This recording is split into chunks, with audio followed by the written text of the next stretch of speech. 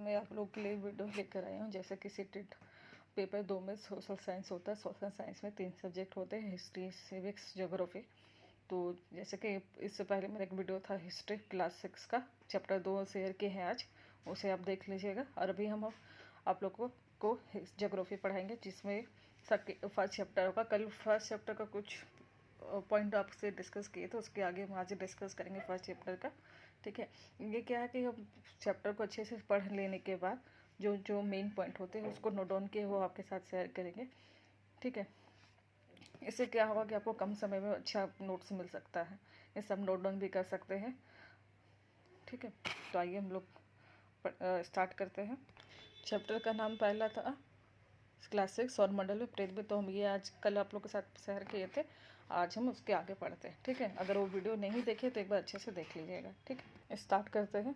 उत्तरी तारा उत्तर दिशा के बारे में बताता है, इसे ध्रुव तारा भी कहते हैं। यानी कि उत्तर का तारा जो है उत्तर की दिशा में बताता है, इसलिए इसे हम ध्रुव तारा भी कहते हैं। ठीक है, कुछ खगोलीय पिंडों में स्वयं का प्रकाश और ऊष्मा नहीं होती। तो क्या है, कुछ खगोलीय पिंड में स्वयं का प्रकाश और ऊष्मा नहीं होती, वे तारों के प्रकाश के द्वारा प्रकाशित होते हैं।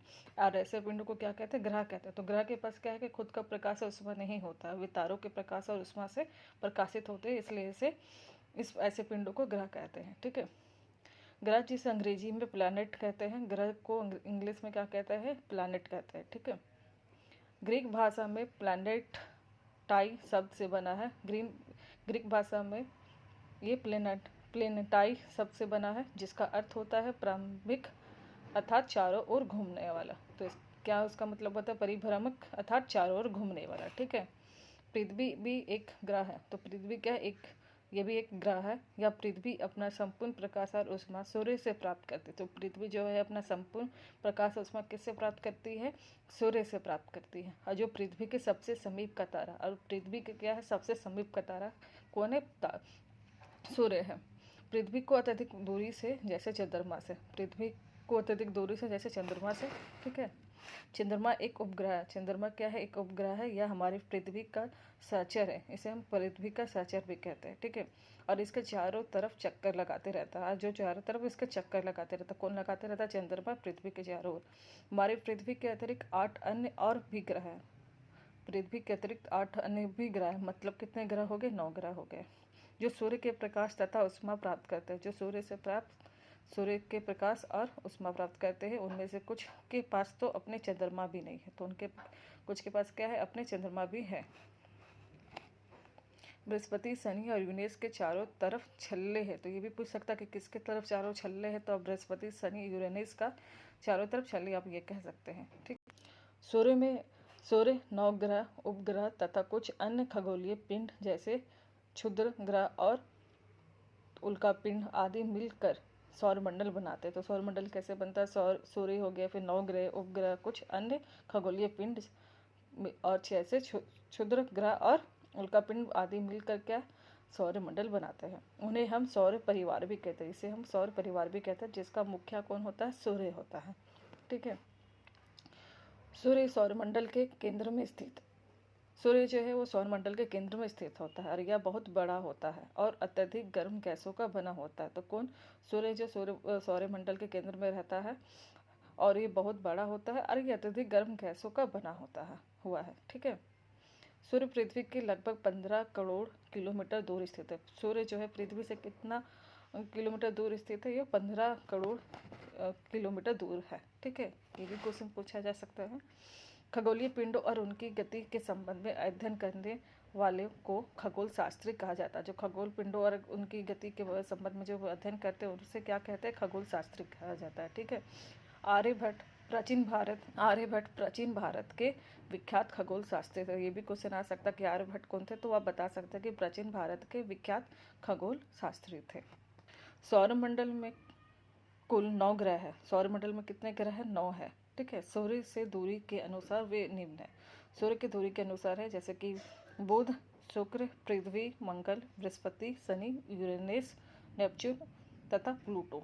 बुध सूर्य के सबसे नजदीक स्थित है। बुध जो है जो सूर्य के सबसे नजदीक स्थित है। ठीक है,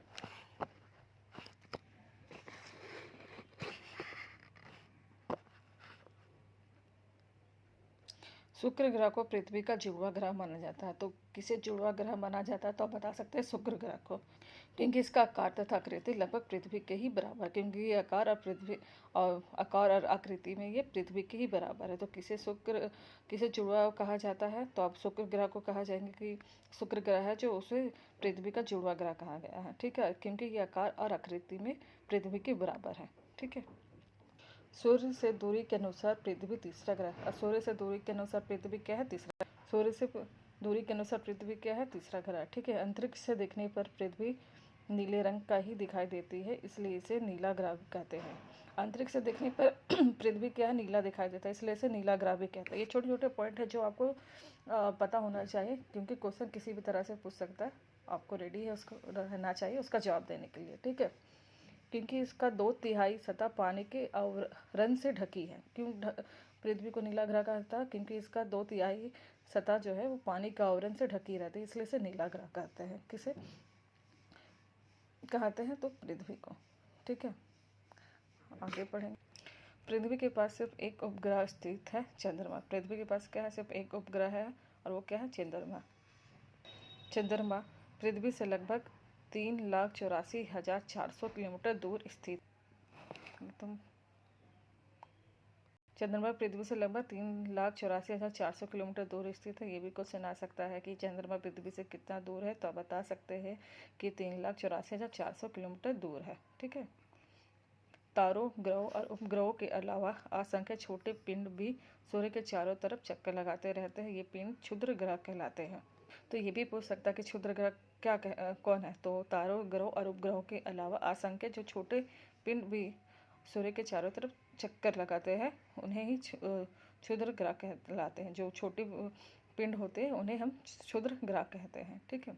मंगल एवं बृहस्पति ग्रह की कक्षाओं के बीच क्षुद्र ग्रह पाए जाते हैं। तो क्षुद्र ग्रह कहाँ पाए जाते हैं, तो मंगल और बृहस्पति ग्रह की कक्षाओं के बीच पाए जाते हैं। ये भी पूछ सकता है क्वेश्चन में।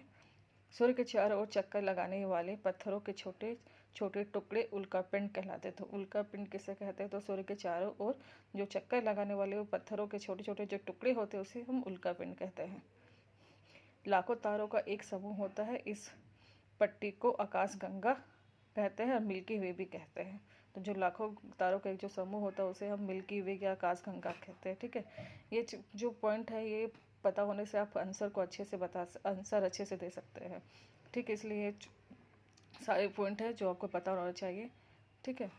लाखों आकाशगंगाएं मिलकर इस ब्रह्मांड का निर्माण करती है, यानी लाखों आकाशगंगाएं जो है वो मिलकर ब्रह्मांड का निर्माण करते हैं, या करोड़ों तारों, बादलों तथा गैसों की एक संयुक्त प्रणाली। तो ये बहुत ही संख्या में है, करोड़ों तारों, करोड़ों की संख्या में है। ठीक है।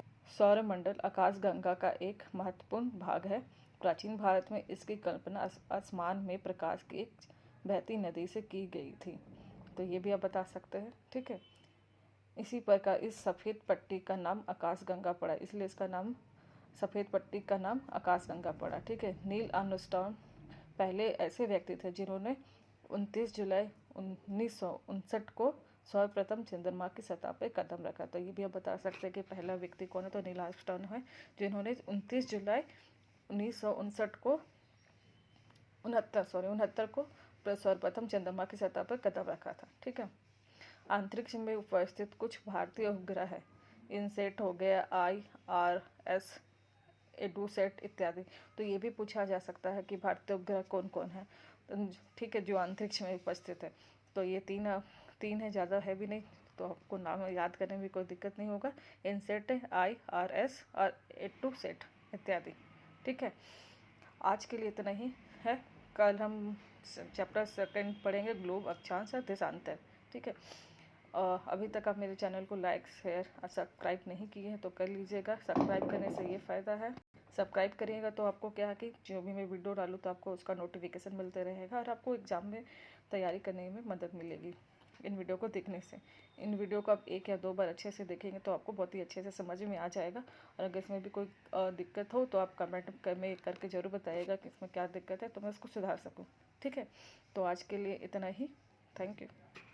लाइक, शेयर, सब्सक्राइब करना ना भूलिएगा। ठीक है। और अपने दोस्तों के साथ शेयर करिएगा अगर आपको वीडियो अच्छा लगे तो। Thank you.